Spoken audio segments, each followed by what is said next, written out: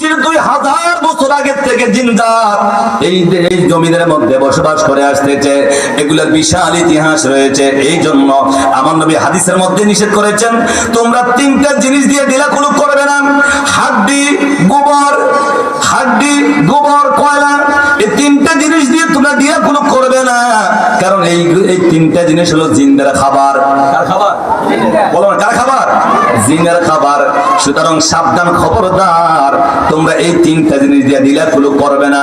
এই জন্য জিনদের মধ্যে ভালো আছে, দুষ্ট আছে, অনেক প্রকৃতির আছে। এগুলা আমাদের বিভিন্ন ভাবে ক্ষতি করে, বিভিন্ন জায়গায় এগুলা থাকে। এই জন্য সাবধান, সতর্ক, কিছু কিছু সময় মেনটেন করে চলতে হয়, কিছু কিছু টাইম একটু ওভার করে চলতে হয়। না হয় এরা কিন্তু বিভিন্ন জায়গায় ওতপ্রোতভাবে জড়িত হয়ে থাকে। আমাদের বাচ্চাদেরকে ধোঁকা দেয়, মানুষের সঙ্গে সর হয়ে যায়, মানুষকে বিপদে পালায়। এমন অনেক